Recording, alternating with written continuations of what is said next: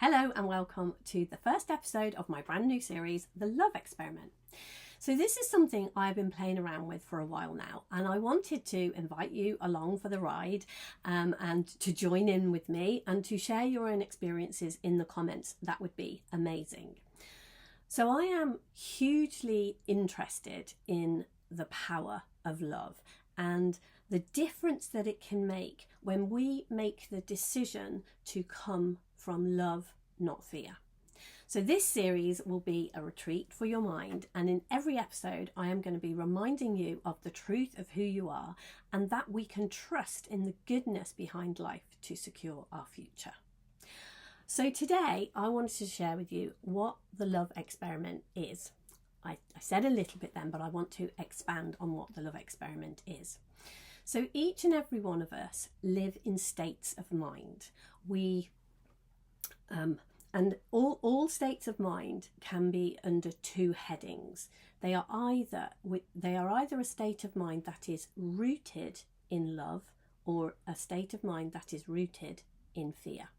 And each of those headings have tons and tons and tons of things. When we are rooted in love, we are in joy, we are in happiness, we are in peace of mind, we are in freedom, we are in anything that we can see that is rooted back to love. And we can tell by the feeling.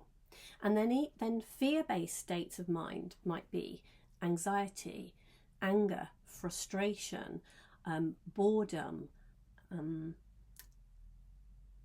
and anything that we can trace back that doesn't feel so good, that we don't like the feeling of, that is a state of mind that is rooted in fear.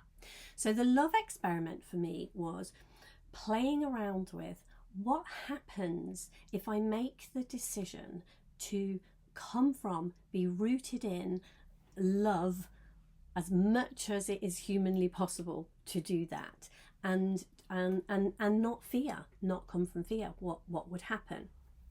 So what I know for sure is that we live in duality. So love and fear, opposite exist where we are. So we will always, the opportunity to come from love and the opportunity to come from fear will always coexist, will always be there. It's like you will never find, it may feel like it because that's what it can feel like when we're in a particular state, that we are stuck there and the other one isn't available. We can feel like that when we're in a state of, when we're coming from love.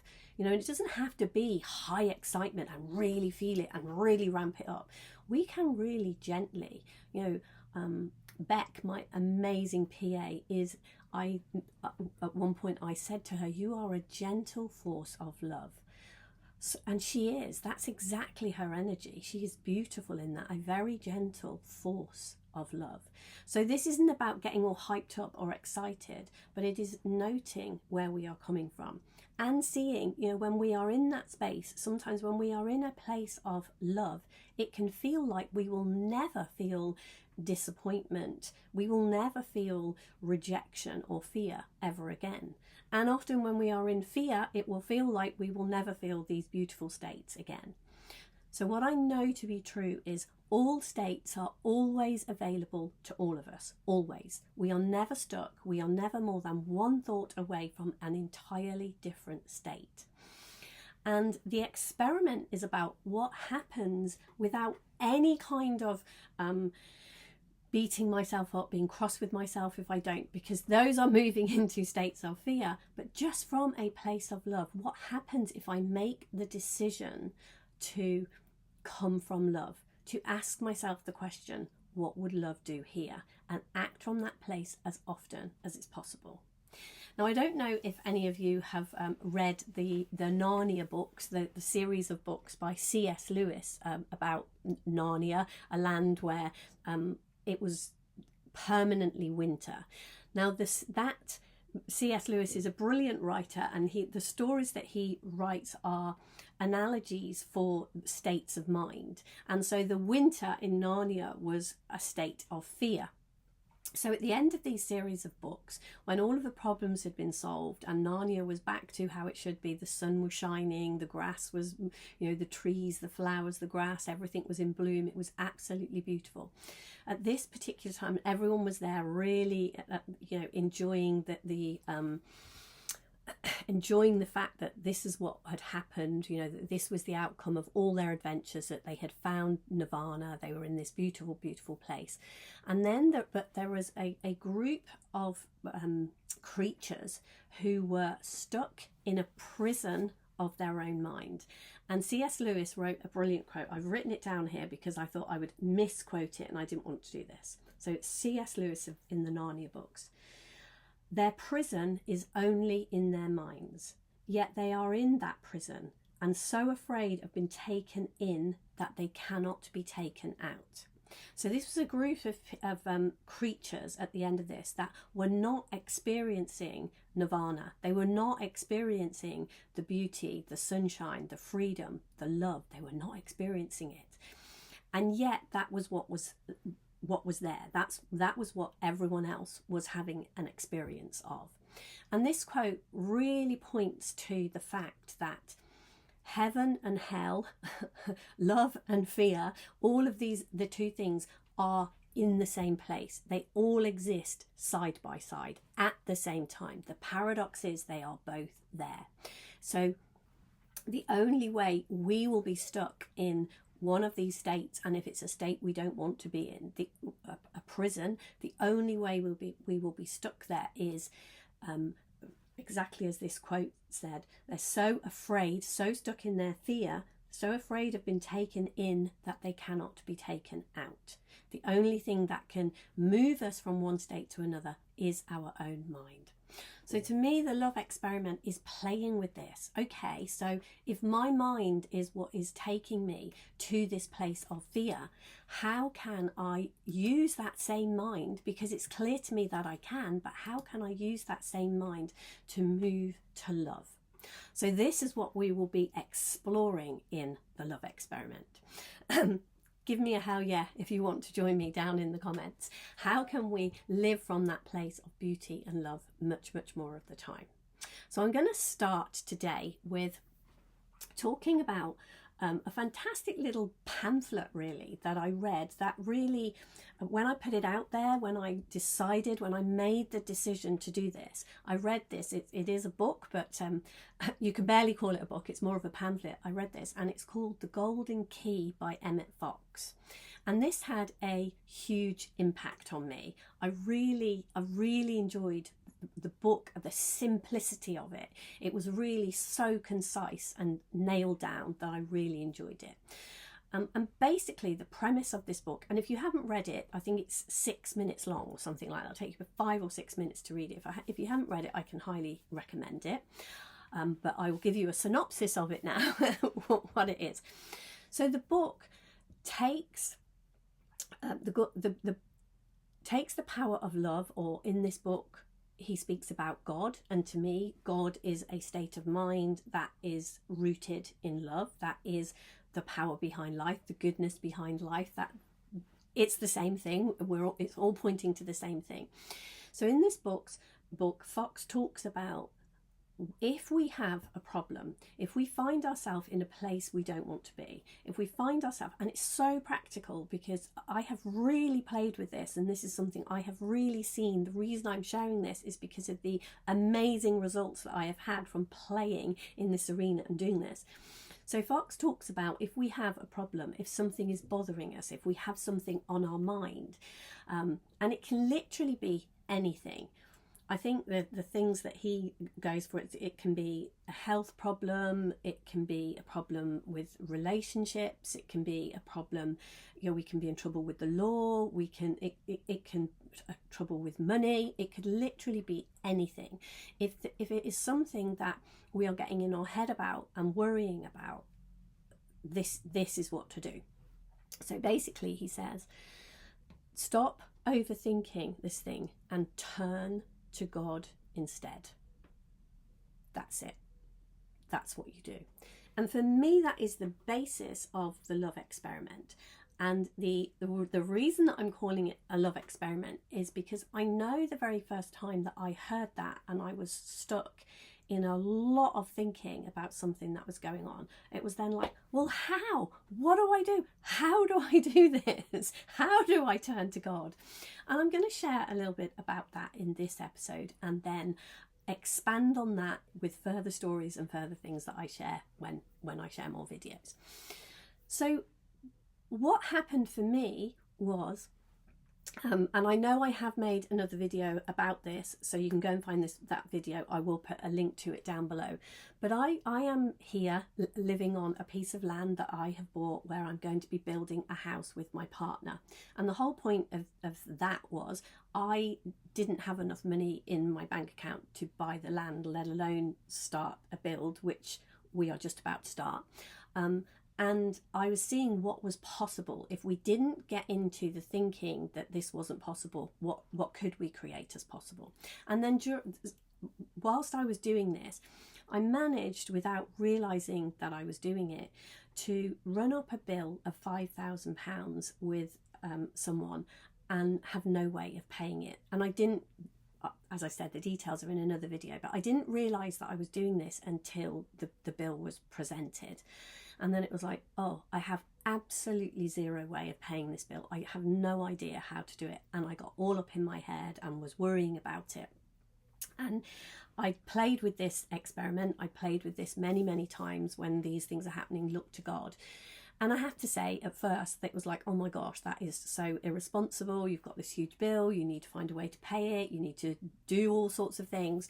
But I decided, you know, the whole point for me with the love experiment is to live this, not to walk my talk, not to just say it, but to actually do it for myself. So I sat with it and I thought about, what is God for me? And in that particular instance, and what I see with this playing around in this experiment is, it can depend what it is that's going on. So in this particular instance, I sat and I thought, okay, so what is God? And definitely what came to me is that God is the source of all things, and nothing is impossible with God. And God is in me. I am in God and God is in me. There is no separation here. And if I move to that space of knowing that I can act from my God being, this will be solved. So I just played around with that in my head for a while. And then what arose in me was, consider it done. That just came to me, that consider it done. So I did. I considered it done. And this was way before the bill was paid, and way before the deadline for the bill, and way before anything like that. Consider it done. So I did. I moved into a space of consider it done. And that is a state based in love. That is the power of love. That's what I did, with no idea how this was going to work out. Now, not only did it work out, I ended up with 3 times as much money as I needed to pay that bill. And so other things on the build got done too. And it blew my mind. It was literally, it blew my mind that it worked. Even though I had played around with this before, even though that the love experiment was something that I was doing and I played with it before, it blew my mind. And that's why when the idea arose in me to share in this way, I thought, yeah, this needs to be shared. It needs to be spoken about. More of us need to be playing with this experiment, especially with the times that we live in at the moment. I know there is a lot of polarity at the moment. There, you know, the divide between the rich and the poor, the divides between the polarities has become huge at the moment. And a lot of our systems, our education systems, our money systems, many of these institutes that have been around for a long, long time are breaking down. And a lot of us can find ourselves, especially if we listen to the news, listen to social media, there's so much going on, conspiracy theories, all sorts of things. We can so easily be pulled into the fear. And what I have seen is when we are pulled into the fear, we create problems. We find things that we have to ruminate on, think about, worry about to solve. And what I've really seen with the love experiment is when we move towards love, the power behind life, God, love, whatever you want to call this, is there. The problems find a way of being sorted. There are ways and means that are way beyond us. It's like the part of us that is here having this human experience is a fragment of the power that we are a part of, the power that we are at one with. And our job here is to see the polarity, to see the contrast between these things, to know what it is we want to create, to move into a state of love and allow it to come into being through us. Because as I said before, all of these things always coexist. And it is literally, it's like rooms in a house, if you like. We can choose which room we live in, but all of the rooms will always exist. We will never, like if we try to make war on drugs, or we try to fight against cancer, or we try to eliminate abuse, that will simply never happen. That's not how it works. If you are called to do those kinds of things, if you are called to take action, and I'm not saying don't ever take action in any of those arenas, that's not what I'm saying, but they will never be solved by fighting against them, by getting into fear and taking action from fear. If we have something like I had that problem and with the bill, and it was like, oh, okay, I don't like this, I don't like the feel of it, what I would like is this bill to be paid. Then the consider it done arose, and sure enough, it was done. So that life is so much simpler than we make it.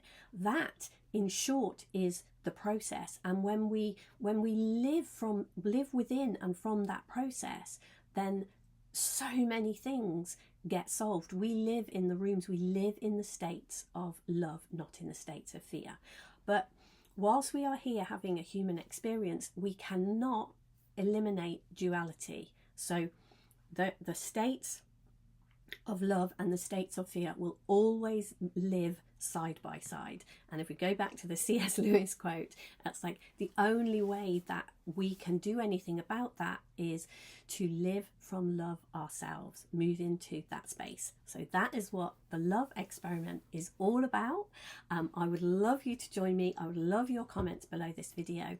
Also, if you want to check out the show notes, if you're interested in diving deeper with me than just these, there are ways to work with me, things that we are up to, all sorts of things that we are doing that are all based in looking in this direction and changing the face of the world that we live in so that many more people understand and live from love, not fear. So have a great day wherever you are, and look out for the next episode. I will be back soon. Take care. Tons and tons of love.